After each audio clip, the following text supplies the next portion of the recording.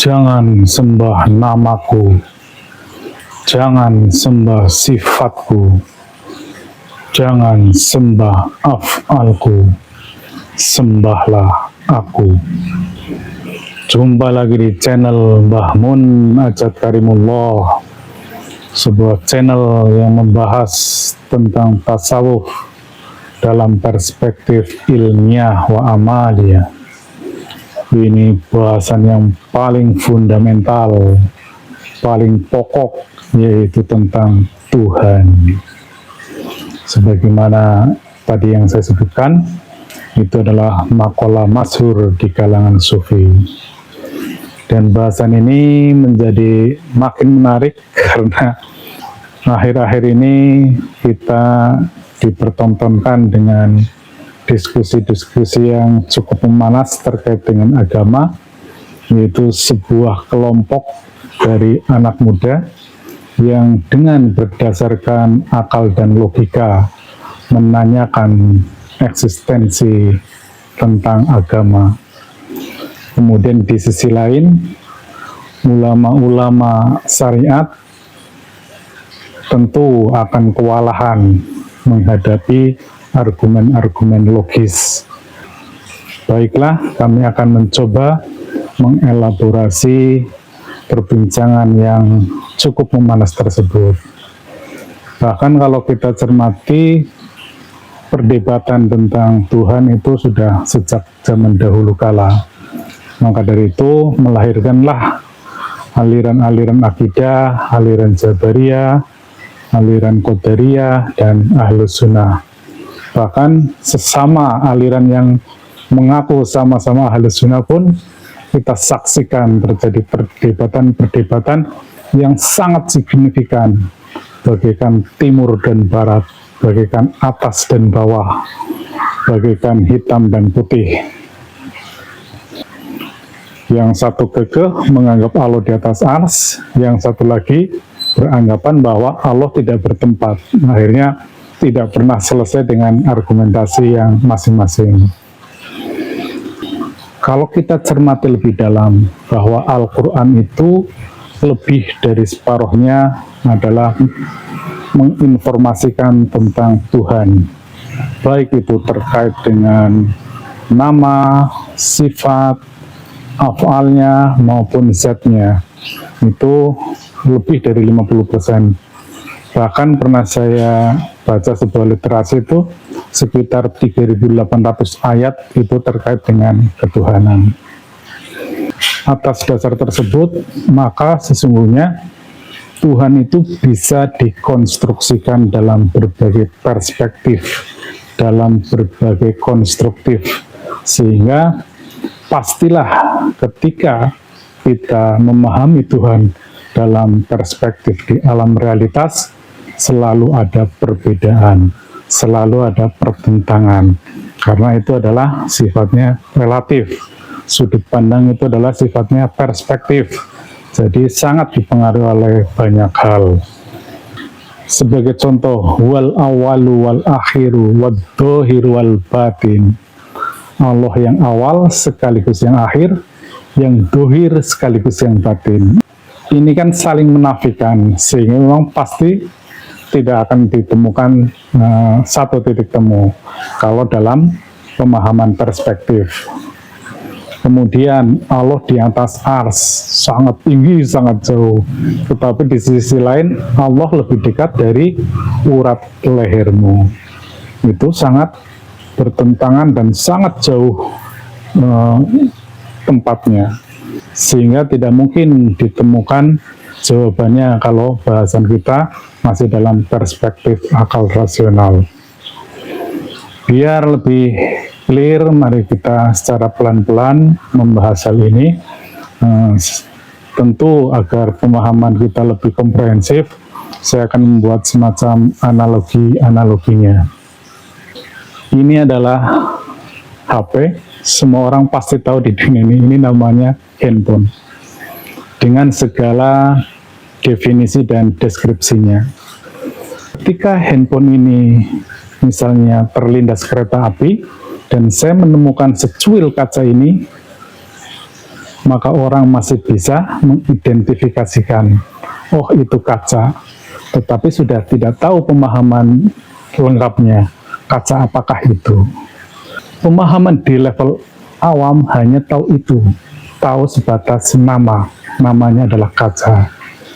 Kemudian orang yang mempunyai pemahaman lebih tinggi, misalnya tentang ilmu kimia, oh ternyata itu adalah silikon dioksida atau asam silikat, karena unsur utama yang membentuk dari kaca ini adalah SiO2, itu bahasa kimianya. Ketika pemahaman kita sudah di level atom, yaitu tadi atomnya adalah silikon dan oksigen, maka ia sudah tidak bisa diamati secara empiris. Pembaca virtual kita, alat panca indera kita sudah tidak bisa mengenali lagi. Bahkan kalau kita urai lagi menjadi partikel-partikel subatomik atau yang biasa disebut dengan fisika kuantum, maka tidak lebih dari 1% orang yang paham tentang teori fisika kuantum itu. Nah, saya kira kita sudah mulai memahami akar permasalahannya. Pemirsa yang saya hormati, jadi mudah-mudahan jelas ini ya konstruksi permasalahannya. Jadi ada sekelompok orang yang memahami Tuhan baru di level nama-nama, kemudian menyampaikan ayat-ayat yang sifatnya dimensional.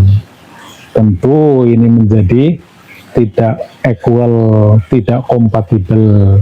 Pemahaman masih sebatas nama, bercerita tentang laisa kamitslihi syai'un, membahas Tuhan dalam perspektif di atas ars. Bahkan pengetahuan ars sendiri kan nggak tahu itu. Jadi di situ konfusnya, terjadinya mispersepsi, dan akhirnya agama itu menjadi dogma. Karena susah dijelaskan, karena ahli-ahli agamanya tidak bisa menjelaskan, maka agama menjadi doktrin yang otoriter. Itulah namanya dogma. Kamu harus percaya gitu. Padahal anak zaman sekarang nggak mungkin bisa berpikir seperti itu, karena percaya itu tidak bisa menjadi sandaran, tidak bisa dijadikan rujukan untuk menentukan sebuah kebenaran. Nah, ini sungguhnya yang bahaya ini. Saya kira kami juga menghimbau kepada pemuka-pemuka agama agar jangan represif merespon anak-anak muda yang sedang mencari identitasnya. Karena boleh jadi memang para tokoh-tokoh itu yang tidak bisa menjelaskan. Agama itu juga harus rasional, karena sekarang zamannya sudah kompatibel, sudah mendukung, dan anak-anak zaman sekarang pun sudah logikanya sudah berjalan dengan baik dan tidak bisa didoktrin seperti itu. Akan sangat berbahaya kalau tokoh-tokoh atau lembaga-lembaga agama terlalu represif, terlalu melawan, padahal itu logika yang tidak terbantahkan juga. Maka satu-satunya cara adalah kita melakukan upgrade, terutama para tokoh-tokoh agama, agar dia juga tidak sebatas hanya membaca literasi, merujuk kitab-kitab yang boleh jadi sudah tidak update lagi. Baiklah, untuk itu kami dari Majelis Zikir Torekot Naksabeni Kholidin Nusantara, sebuah torekot arwahi yang pastinya kita fokus pada mengeksplorasi sisi ruhani kita. Kita mencoba mengelaborasi dalam perspektif ruhani, bagaimana keterhubungan Tuhan dengan alam realitas ini, agar pihak-pihak kaum agamawan itu lebih yakin dengan apa yang kami sampaikan. Baiklah, kita coba bacakan sebuah ayat, yaitu As-Surah 51, yang artinya tidak mungkin bagi seorang manusia untuk diajak berbicara langsung oleh Allah, kecuali dengan dalam kurung perantaraan wahyu dari belakang tabir atau dengan mengirim utusan, lalu memahyukan kepadanya dengan izinnya apa yang dia kehendaki.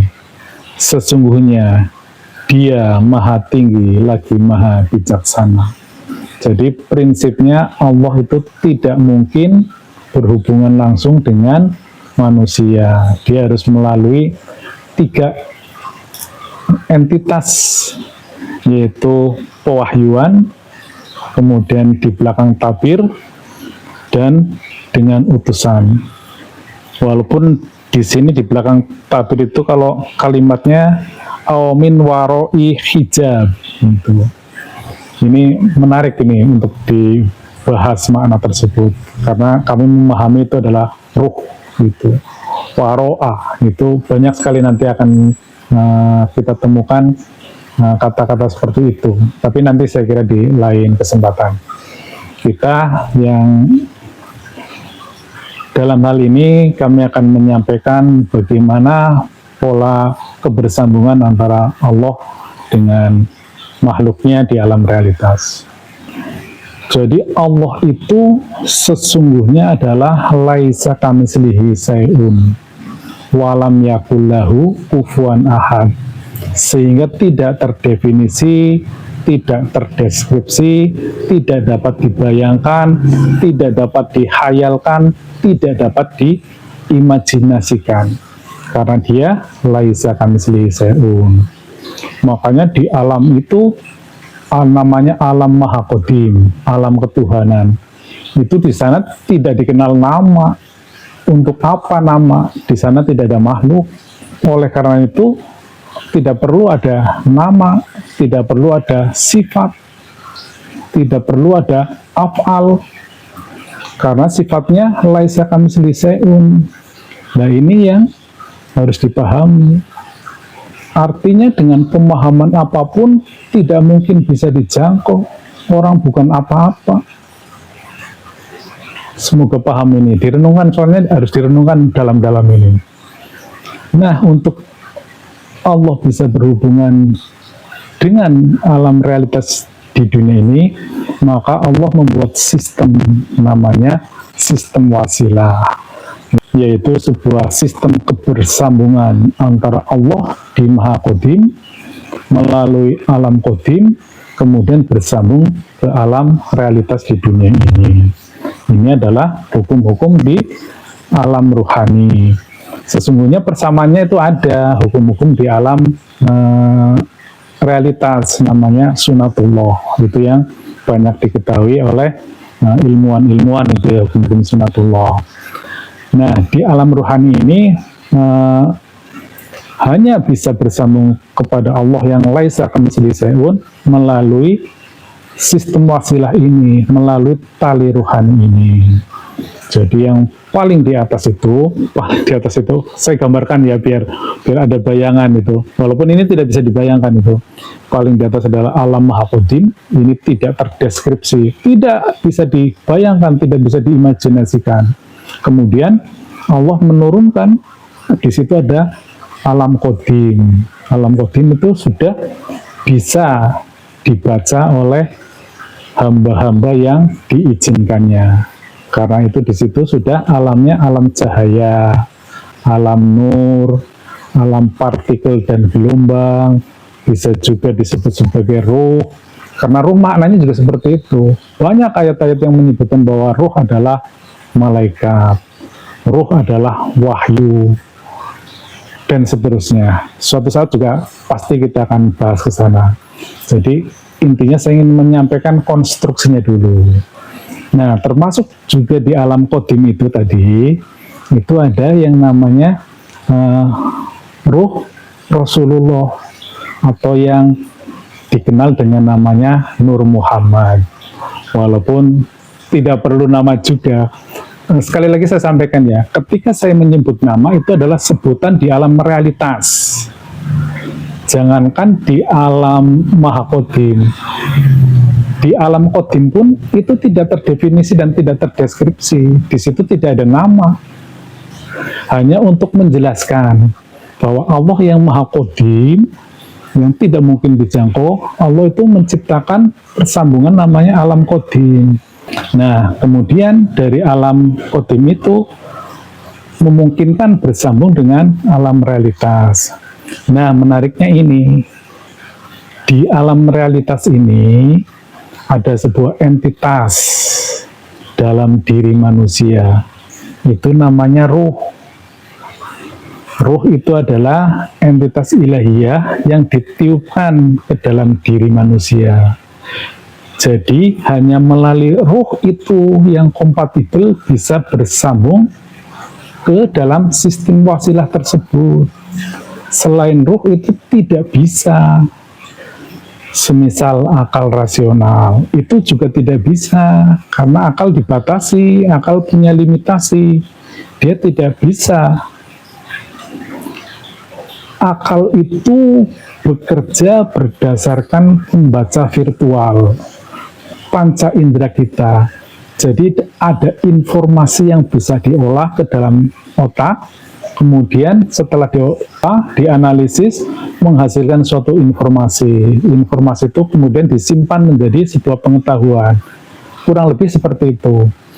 Nah, di alam kodim itu tidak bisa diamati secara virtual, sehingga tidak mungkin akal itu menjangkaunya.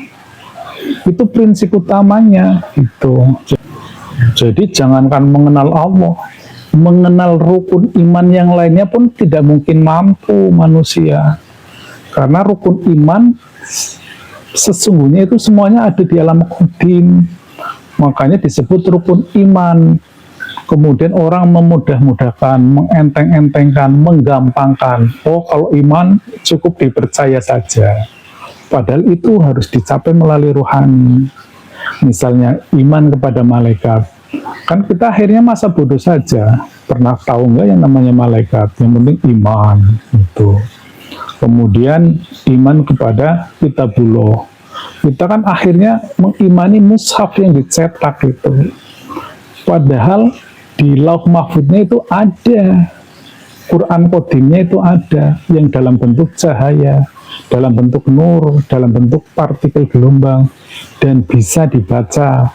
Silakan dibuka Al-Waqi'ah 78 dan 79. Demikian juga tentang kerasulan. Kerasulan itu adalah suatu sistem wasilah, itu adalah kerasulan. Jadi Rasul itu masih ada sampai sekarang.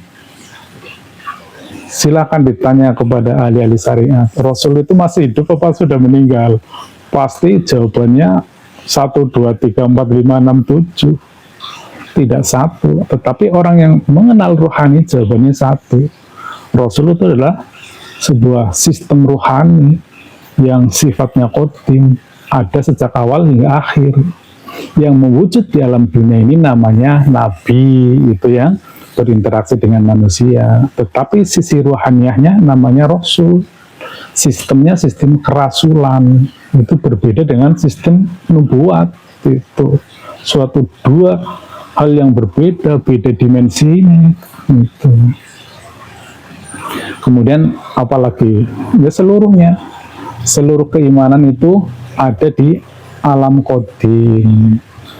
Karena ulama-ulama syariat tidak bisa menjelaskan ini, akhirnya memudahkan, menggampangkan, ya sudah percaya saja. Iman adalah percaya dalam hati, kemudian diucapkan, kemudian direpresentasikan dalam perbuatan. Akhirnya seperti itu.